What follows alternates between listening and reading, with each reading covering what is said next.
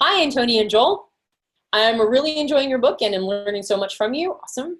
You're both so intelligent, understanding, and well-spoken. And I appreciate the many insights you shared with us. Thank you very much. I wonder if you could address perfectionism as it relates to the INFJ personality, particularly with creative pursuits. Any ideas on how to break with perfectionism? So for INFJs, they're 10-year-old, they're going to be using a process technically called introverted thinking, accuracy. It's all about the particulars, the details, and this is where I think that perfectionism often can come from for the INFJ. This is where that shows up. So when we talk about the loop again, with that perspectives driver and that accuracy 10-year-old, they get into this loop of information gathering, and then this isn't good enough. This expression, this art, this project, whatever. I can't put that out there. I can see all the holes, all the details that aren't right. And it's unacceptable. And I think that's really where it's almost like a childlike process of the INFJ that shows up. And that's where I think that perfectionism comes from as a baseline. Yeah, it's definitely an evidence of a loop. And so one of the best things you can do, because the perfectionism comes from introverted thinking, the challenge with introverted judging functions, like introverted thinking and introverted feeling, is that introvert judging functions, meaning decision-making functions. Right, introverted, internal. So accuracy and authenticity. The challenge with these two functions is that they have an internal metric that determines when something is right, and it's completely subjective, right? As much as they would argue against this, right? Able to use this. Yeah, it's super subjective. So when is the moment that it's right? Well, that's for you to decide. And that's the challenge with it as a 10-year-old function, is that when it's a 10-year-old function, when is it ever right to a 10-year-old? They don't know, right? And so that's why your extroverted judging function, or the decision-making process that goes outward as an INFJ, is so crucial, because extroverted feeling or harmony, which is your co-pilot, has a metric. It has an observable metric in the outside world, which is what is getting people's needs met. What is allowing other people, like what is pleasing to them? What is actually good enough to them, right? And so you can still tweak things and be creative and use that accuracy to like make it just right. In some ways you can do that. But the perfectionism comes when you stop, when you stop seeing it as something that will serve and start seeing it just as something that's supposed to strike you in a certain way, right? And that's where the perfectionism comes in, because it's never, ever going to strike you in a certain way, because it's never quite right. So lean on harmony to get feedback, get outer world feedback. If you're working on a creative project, and you think that you're 95% of the way done, start asking people what they think, start getting feedback. And if people, and say, please be brutally honest, right? Be like, I'm trying to calibrate to whether or not my project is done. So I'm going to need brutal feedback, and of course, prepare yourself for it. And then go, what do you guys think? And if people are like, I think it's fantastic, believe them, right?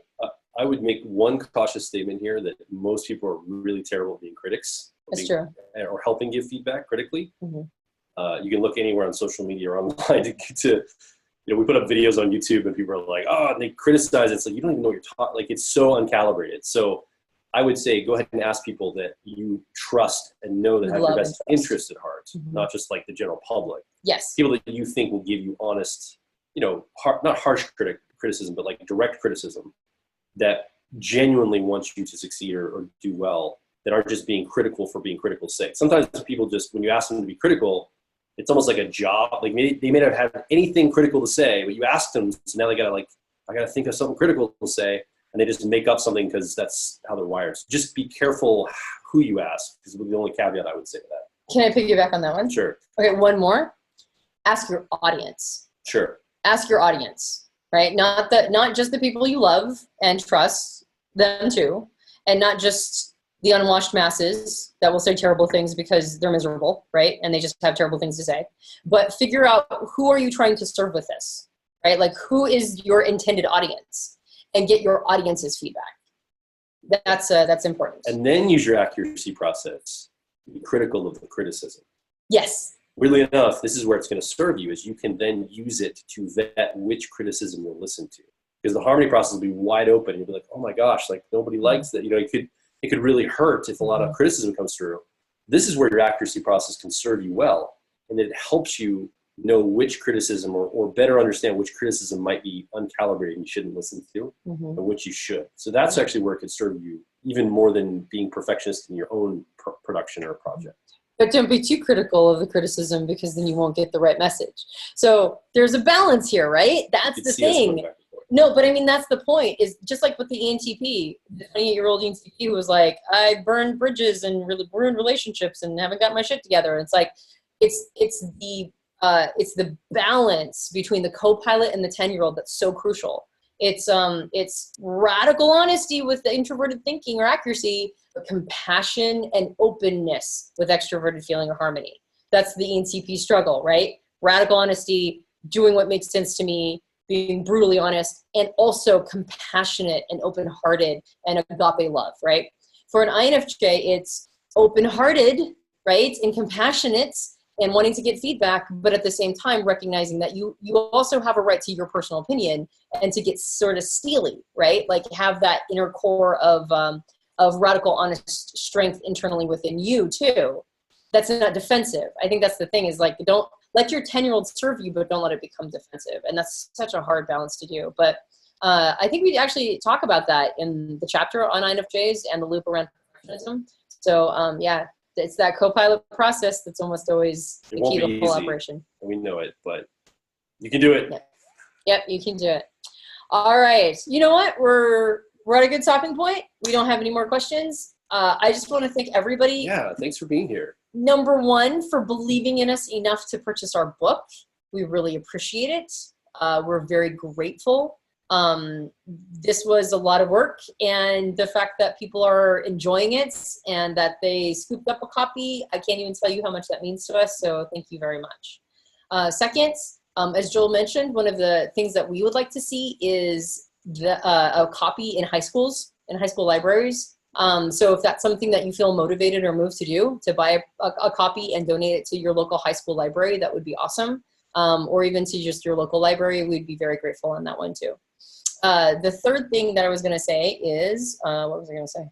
Oh, if you like it, one thing you could do for us, if you'd like to gift us something back, just keep this reciprocity thing going, is you can leave us a review on Amazon. There are other... Or Barnes & Noble, or Barnes & Noble. Whatever bookseller of your choice. Exactly.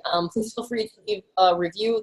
That, as I say on the podcast, it helps us out a lot, and it really legitimately does. So if you feel moved to do that, that would be awesome too. And I would recommend too, if you can, to order through your local bookseller. We do want to often, I mean, sometimes you can't, sometimes it's just like, you got to get through Amazon, but if you do have a local bookseller, you can special order it. I think that means a lot to the local booksellers and local bookstores to have us support them as readers and people that engage with content to, they're probably struggling in this day and age with all the online stuff. And as much as we build our entire lives online, we actually benefit from building a business online and connecting with you here over the virtual world. We do want to take care of the people on the local level that are making a difference with literacy and having this information out there. So if you can order through a local bookstore, that'd be cool too. Yeah, absolutely. And for those of you who stayed up till 3:30 in the morning, thank you so much for doing so in Europe. And yeah, we're going to be 3:30 right now. I know. 3:30. Yeah, that'll be like 6 hours ahead, right? Yeah, yeah. So somewhere in Europe, I think. Thanks for joining us, guys. And we hope that you have a wonderful evening and a wonderful rest of your week and weekend. And we'll talk to you the next time we do one of these. So thanks, guys. Peace out. Bye.